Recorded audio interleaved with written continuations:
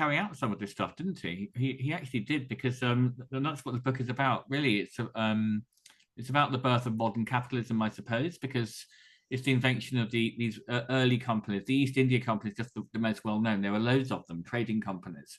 And you say that actually James is more outward looking than Elizabeth, because Elizabeth.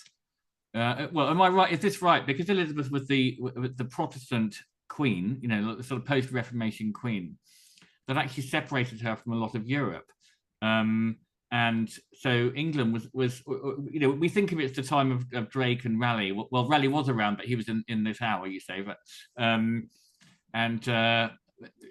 just little things I pick up from watching Blackadder, and you sort of think it was the time of Tudor adventuring, but they weren't as adventurous as this next stage.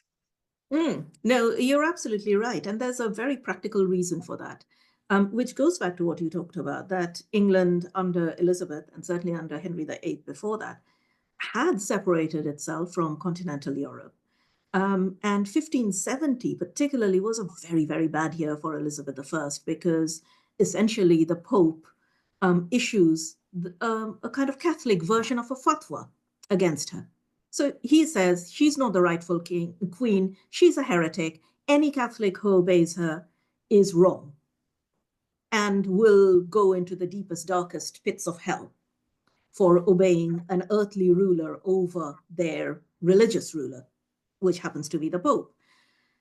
But the practical effect of that is that Elizabeth begins to put a lot of her funds, a lot of the funds of the state, into protection for the nation.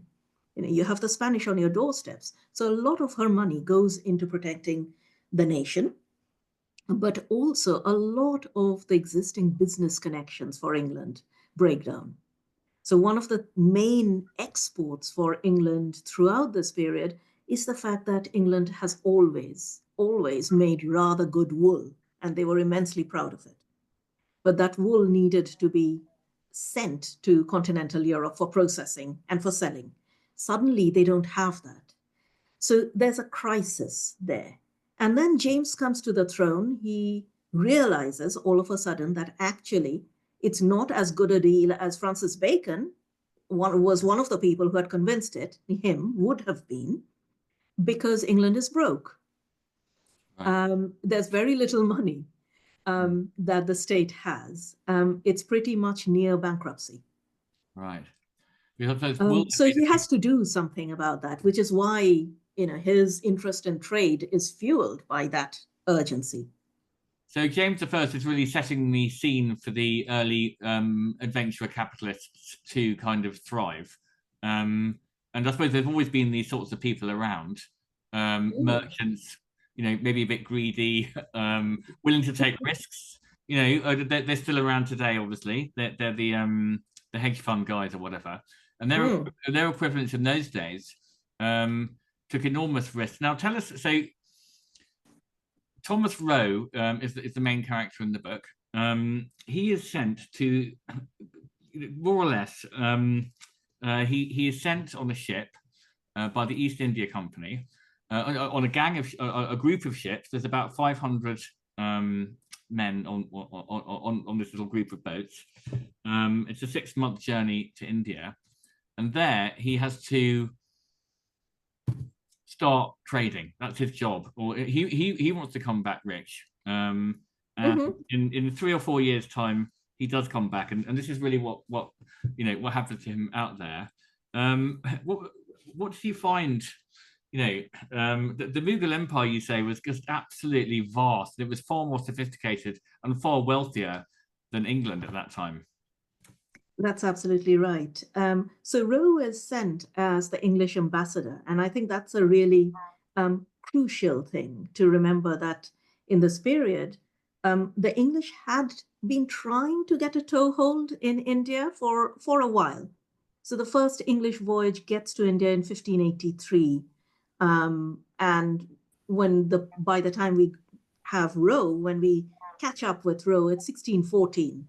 It's been a couple of decades. The problem, however, is that first push towards trade was being done by those investors that you talked about, by merchants. And the Mughal Empire just would not deal with them. They didn't deal with mere merchants. Because they're not posh enough. They want to talk directly Yeah. to the king himself. Yeah, well, they hadn't really heard about England. So if you have a few people from somewhere come to your country and say, actually, can you give us some land, and could we have a cut price rate, please, on import and export? You're not going to give them the time of the day. Let's be realistic about it. So they had been petitioning first Elizabeth and then James for years, saying, look, you've got to send someone who looks presentable, can talk the talk, walk the walk, and will get us the all-important firman. And the firman is a trading license. You needed to have that in order to establish a base, a permanent base, a permanent warehouse in India. So Elizabeth doesn't really have time or the interest in doing that. James says, look, I'd be happy to do that, but I've got no money. So I can rubber stamp this so long as you fund the embassy. And that's what happens. So Roe goes on this mission. He's put on this ship.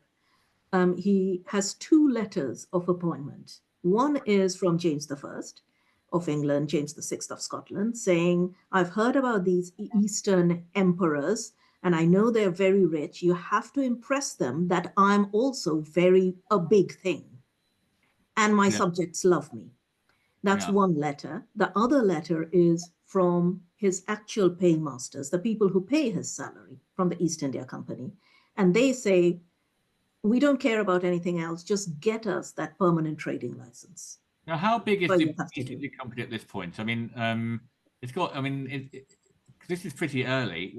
This is very early. I mean, this is the first decade of the East India Company. They get licensed. Right, okay, so this is like the first decade of, well, actually, Google and Facebook, it grew incredibly quickly. I mean, I think the East India Company grew a little more slowly than those companies. But it's joint stock, isn't it? So it's a number of, and you say that this is the first time that, ordinary people can buy a share in a company without knowing anything about that company's business, really. Exactly. And that is also due to the lack of interest from the state. So there are strange ways in that works, that the state didn't have money. Elizabeth or James, neither of them were interested or able to invest in the way the Portuguese Empire was able to invest in voyages, for instance. So essentially, essentially what the merchants do is the Tudor version of crowdfunding. They basically say, they send out adverts everywhere.